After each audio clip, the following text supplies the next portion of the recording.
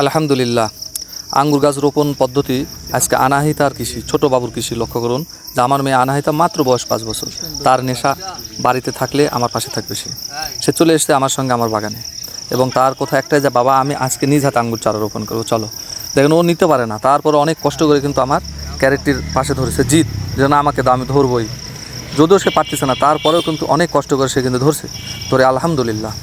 এবং মেয়ে আমার সঙ্গে কিন্তু ইতিমধ্যে আমার বাগানে চলে এসেছে। অথচ এই বয়সটা কী ছিল? এই বয়স ছোট্ট শিশুদের যেটা ছিল কার্টুন, মোবাইল ফোনে বসে থেকে গেম খেলা দেখা, টেলিভিশনে কার্টুন দেখা, এই নেশায় কিন্তু তারা মগ্ন থাকে প্রত্যেকটা শিশুই এই বয়সে। অথচ আমার এই শিশু আনাহিতা ছোট বাবু, সে কিন্তু তার বাবার কাজকে অনুপ্রেরণা দেয়, এবং এতে আমার অনুপ্রেরণা আসে, আমার কাজকে সে ভালোবাসে। প্রত্যেকটা কাজে যদি আপনার ভালোবাসা না থাকে তাহলে সে কাজ থেকে সফলতা আনা সম্ভব না। এটা হলো পরিবার থেকে সবচেয়ে বড় সাপোর্ট দরকার আমাদের জন্য। সেম এই যে ভিডিওটা দেখলে আপনারা অনুভব করতে পারবেন তার কতটা ভালোবাসা। মানে আছে না যে ভিডিও হচ্ছে অনেকেই দেখা যাচ্ছে এটা হলো আর্টিফিশিয়াল, অর্থাৎ জোর করে ধরে করতেছে, এটা না। কিন্তু দেখেন কীভাবে সে পাশে বসতেছে, বসার পরে আমি যখন চারা রোপণ করতেছি তার কত মানে আন্তরিক এবং মনোনিবেশ নিয়ে সে আমার কাজের কিন্তু ভালোবাসা গ্রহণ করতেছে, অর্থাৎ কাজকে সে কিন্তু উপভোগ করতেছে। এটাই কিন্তু প্রকৃত ভালোবাসা। তাই নেপোলিয়ন বলেছিল আমাকে শিক্ষিত মা দাও, আমি একটা শিক্ষিত জাতি উপহার দেব। তো আসলেই এখানে পরিবার থেকে আসল শিক্ষা আসে, এবং নিজ হাতে আনাহিতা আমার সঙ্গেই কিন্তু চারা রোপণের কাজে কিন্তু ব্যস্ত হয়ে গেছে। এবং ইতিমধ্যে আমি যে চারা রোপণ করতেছি গর্ত করে, তারপরে সে কিন্তু আমি বলতেছি বারবার বাবা এখানে মাটিতে হাত দেওয়া যাবে না, সে কিন্তু মাটিতে হাত দিয়ে সে নিজ হাতেই কিন্তু চারা রোপণ করলো। তাহলে এটা কিন্তু আমাদের আঙ্গুর চারা, আমরা আঙ্গুর বাগান করতেছি আলহামদুলিল্লাহ। আপনারা এর আগের ভিডিও যারা দেখেছেন আপনারা হয়তো দেখছেন আমাদের অন্য ভিডিওতে আমাদের আঙ্গুর ফল ধরছে।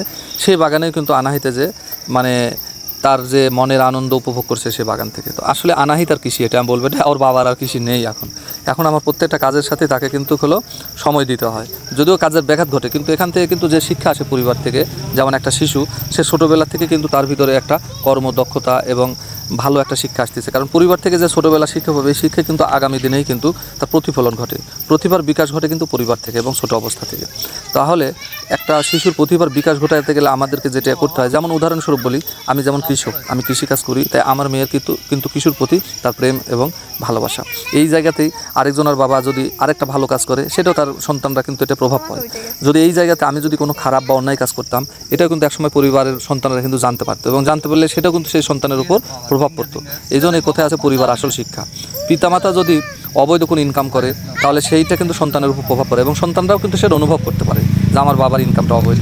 তখন সেও কিন্তু ওই পরিবেশেই তৈরি হয়ে যায়, ছোটোর থেকে বড় হয় যখন সে কিন্তু ওই চিন্তা চেতনা ওই মানসিকতা নেই।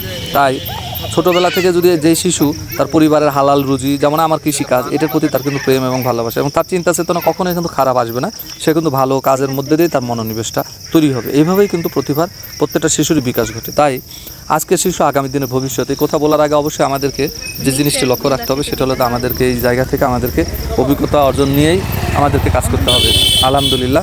তবেই আমরা কিন্তু এখান থেকে সফলতার মুখ দেখতে পাবো, কারণ শিশুরাই আমাদের আগামী দিনের ভবিষ্যৎ।